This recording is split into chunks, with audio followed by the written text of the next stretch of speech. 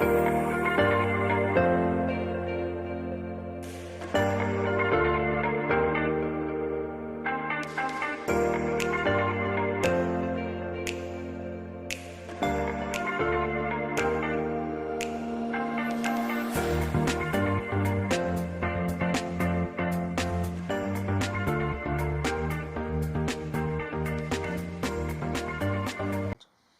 everybody, thanks so much for tuning in to the 5th episode of the What's Hot TV show, where we spotlight sustainable solutions and we get to meet inspiring ecopreneurs like my friend Bill Kanzer, who is one of the founders of Relay Power, a company based here in Massachusetts, and he's going to be sharing with us a lot of great information today about community solar and how we can participate. And we are here in the middle, as you can probably see, of an actual community solar farm right up behind Bolton Orchards in Bolton, Massachusetts. So thank you so much for having us here. Thanks, I'm really glad to be here. Awesome. I really appreciate it. This is fun. Oh, you're so welcome. Fun for me too. So from what I understand, this is one of dozens of community solar farms across Massachusetts that you and your company, Relay Power, help to connect people and actually participate and join community solar. So how cool is that? We love it. Yeah. So we've helped thousands of customers get connected to solar farms throughout Massachusetts. Wow. Awesome. So I know I mentioned that we're up behind Bolton Orchards. If folks know, it's a great place to get apples and pumpkins, and lots of other great things, including cider.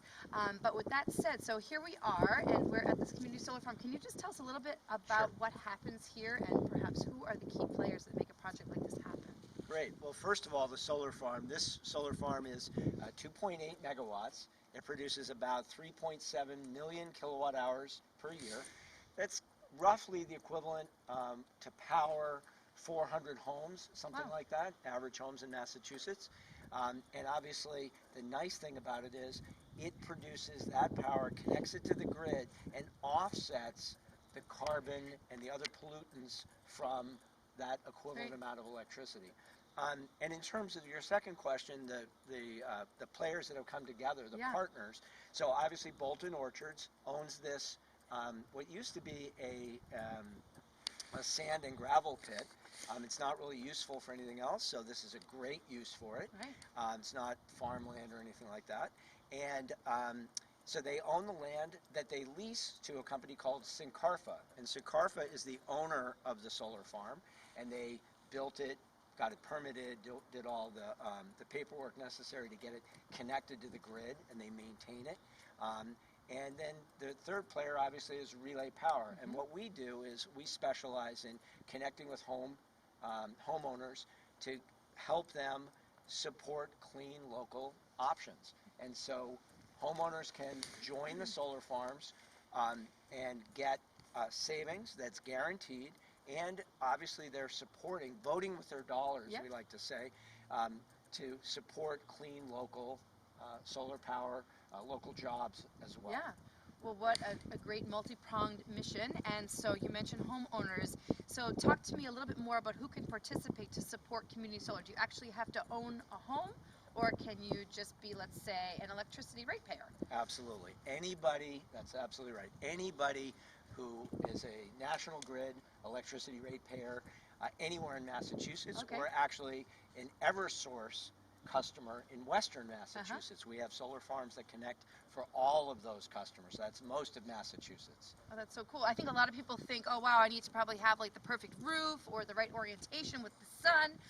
So if they can't get the actual solar panels on their own roof for various reasons, or maybe they're an apartment dweller in a city, right? And they still want to support the mission. So I think it's really great to break it down and share ways that people can actually still support solar even if they can't put it on their own roof or property. Absolutely. And to build on that point, roughly 1 out of 5 or 1 out of 7, that's as few as that, can actually put their home is appropriate for rooftop solar. But as we said, everybody who's a ratepayer for National Grid in Massachusetts or Eversource in Western Massachusetts can get can join a solar farm and get the benefits and vote with their dollars to help fight climate change. Well, that's really great. Very empowering. And just briefly talking about rooftop solar, I happen to be somebody who lives down the street in Clinton, Mass, and we do have a solar array on our own home, and we happen to lease the panels, so we do pay a solar company, per kilowatt hour that we produce. It works out really well for our family.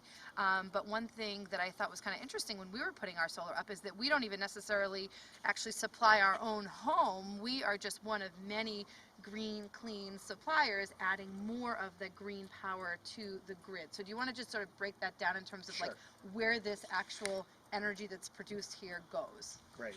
So that's one thing that people say is, well, I don't live near the Bolton farm. How could that power my home? Exactly. And the good news about it is you don't have to worry about that. It doesn't power your home necessarily, but it's one of the many sources that provide electricity to the grid. And by you participating and being a member, joining the solar farm, then you're getting to vote with your dollars, and you're putting your electricity dollars towards something that you believe in, and again, you save money automatically, guaranteed, by doing that.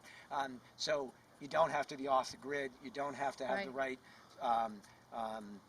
roof, and you don't have to even live near the solar farm to enjoy the benefits and to vote with your dollars and support the cause. Well, it all sounds a little bit too good to be true, but as you've been educating me and as we proceed with the conversation, we'll learn a lot more of the background and the content we'll cover on the podcast. So folks would find us also wherever you get podcasts. We can be found on anchor.fm or wherever you find those podcasts. So definitely we can hear more about your background as an ecopreneur and how you entered this space, and a little bit more about the problems and the solutions that Relay Power, in particular the solutions that you're presenting and providing.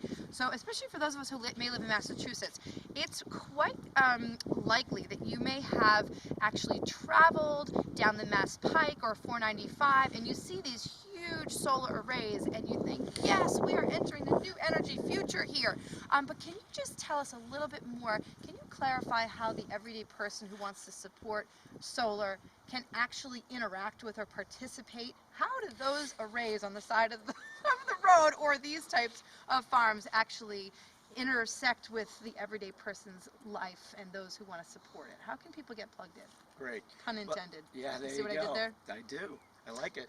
So that's a great question, and so that's part of Relay's mission. So most people don't really, frankly, understand how the power grid works, and don't understand how they would get connected. So that's our job, is to educate folks. First, let them know that it's an available option.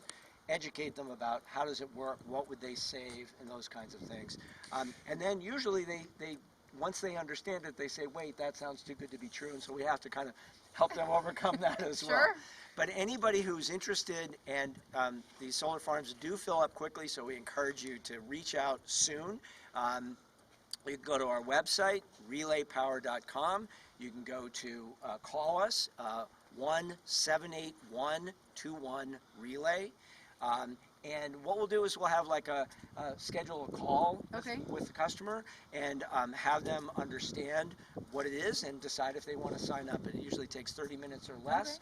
It's pretty simple. We can do it at your convenience. So again, relaypower.com and 781-21-RELAY are the easiest ways to get us. Fantastic. Well, thank you for helping people get connected in a largely disconnected world. I think ironically in developed nations it's so easy for people to actually be disconnected from the natural resources like the power, the energy that supports our daily lives. It's very easy to feel disconnected. So definitely I encourage people to connect with Bill and his team at Relay Power and just get more information for yourself, even if it's just an educational, sort of insightful conversation, and figure out if this makes sense for you and your family. No major lifestyle changes, and it just is one way to act locally and really impact a global issue, and to come together and really help this climate situation so that we don't just stand on the sidelines, but that we can build that sense of community, common unity, coming together and actually working to resolve climate change. So thank you for being a leader in the space. Thanks for having us. Any And closing thought? I really like what you said. I think a lot of times people want to do the right thing. They want to contribute to the solutions, but they don't know what to do. And all of us together really can make a difference. Thank you so much. Well, thanks for tuning in to another episode of the What's Hot TV show. Please also find us at the What's Hot podcast. And we are going to save this thing together.